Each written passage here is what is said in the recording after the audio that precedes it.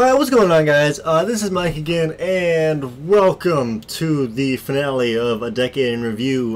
This is going to be 2010. I am actually excited for this, because I played a couple of these games. Well, a good few of these games, actually. And there will be a link to the playlist on the screen and an annotation. So, yeah, click that if you want to see my previous stuff from 2000 to 2008, 9. God, I cannot remember how many years are in a decade right now. 2000 to 2009. All 14 videos of them, 13 videos. And I'm gonna get this shit started off right with Darksiders. Darksiders. I don't know what to say about Darksiders. You play War, one of the four horsemen of the apocalypse, who apparently was sent to Earth because the humans are stranded in like apocalyptic hell or something. I don't understand it. They're gonna kill themselves, and War has to prevent that. So yeah, I'm not exactly sure if there's anything else to the game other than that, but that's what I can remember of it. And it's a fun game. I thoroughly enjoyed it. I never beat it, actually, but I got right there. I probably got 97% of the way through. It's so much fun. There's just so much you can do in that game. And you don't even have to get... It's fun. If you haven't played it, you're missing out on probably one of the best games that I've ever played. I'm not sure it would be considered in my top 10 though. Definitely my top 25. Definitely for a fact in my top 25. But yeah, I highly recommend it, and play it if you haven't already. Next up is Mass Effect 2. Now, Mass Effect 2 is probably one of my more liked games that I've played. It's certainly one of my more enjoyed games. In terms of replayability, I think Mass Effect 2 has one of the highest percentages of replayability, because there's just so much you can do and so many different characters you can take on missions with, and there's always something to do. There's always like different lines of dialogue. There's a fuck ton of lines of dialogue, and with 11 to 13 different characters depending on who you bring, and if you have DLC or not, with Kasumi and Zaid, there's just a near infinite amount of possibilities that you can do, taking people on different missions with you, and it's just so phenomenal. And there's just an endless amount of people you can choose.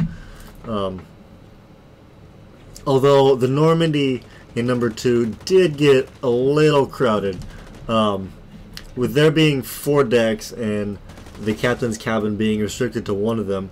You kind of have to fit like 4 or 5 people on each deck, and that kind of crowds the place up a bit. And I'm just gonna leave it at that, seeing as how I do have an LP of it on my channel. So if you guys really want to see it, you guys can find it for yourselves.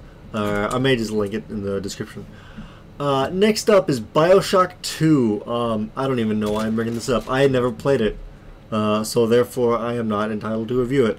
I have heard that it is too ridiculously easy, because you play as a Big Daddy, and you pretty much just steamroll over every goddamn person in that game. I mean, nothing in that game poses a threat to you because you're a Big Daddy, and it's just like, oh, okay, I'm gonna drill people into oblivion. Dead. Dead. Even when there's like 20 people around you, you just go, oh, okay, dead. Just every single time. It's just, it's too easy. That's the main complaints I've heard from it. I mean, yeah, sure, it's good, but it wasn't as good as the first one to me. Next up is Dante's Inferno. I don't know exactly how this is going to. I don't know what to say about Dante's Inferno.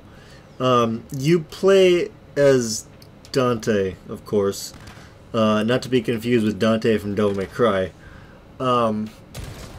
It's really interesting on how they went about doing this game. You have to traverse through the 9 rings of hell. I think it is 7 rings of hell, 9 rings of hell, something like that. And I loved every second of this game. You have... I can't even explain this game. You have to play it in order to like understand it, because there's just so much shit going on at all times. It's pretty much God of War, but it's dealing with like love and shit. But not really. I can't really explain it. It's like it's a God of War ripoff.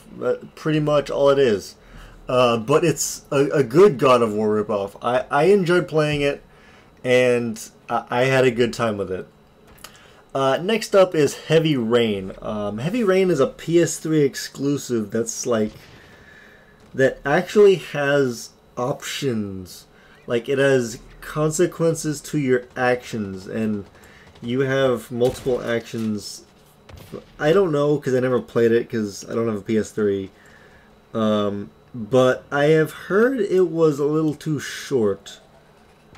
So I'm not exactly sure on what to say about that. But I could just be hearing something's wrong, because I don't exactly remember what I heard about it. So I'm just gonna leave it at that and not understand what the fuck I'm talking about. Now, last in this part 1 of 2010 is Battlefield Bad Company 2. Now, Battlefield BFBC 2 is known for its destructible environments, and that's what Battlefield is known for. And Bad Company 2 is... I don't really know what to say about it. Bad Company 2 is probably one of the best multiplayer experiences that I've ever played. And if you haven't played it, or if you haven't seen gameplay of it, you're missing out on probably one of the best experiences, multiplayer experiences that I've ever encompassed, that I've ever experienced in my life. It's just so fantastically executed that I don't know. DICE really did a good job on it. DICE did a fantastic job on it. So I can't really say anything too bad about them. And you have to play it if you haven't. So, yeah, there's that. And with that, that is 2010 Part 1 in video gaming. I've got really nothing else to say about any of these games that I've already said. So, next time we're going to be dealing with a couple of games. I'm not going to spoil them just yet. So, yeah, you're just going to have to tune in next time to figure out what the hell I'm going to be talking about. So I hope you guys enjoyed, and I will see you guys next time.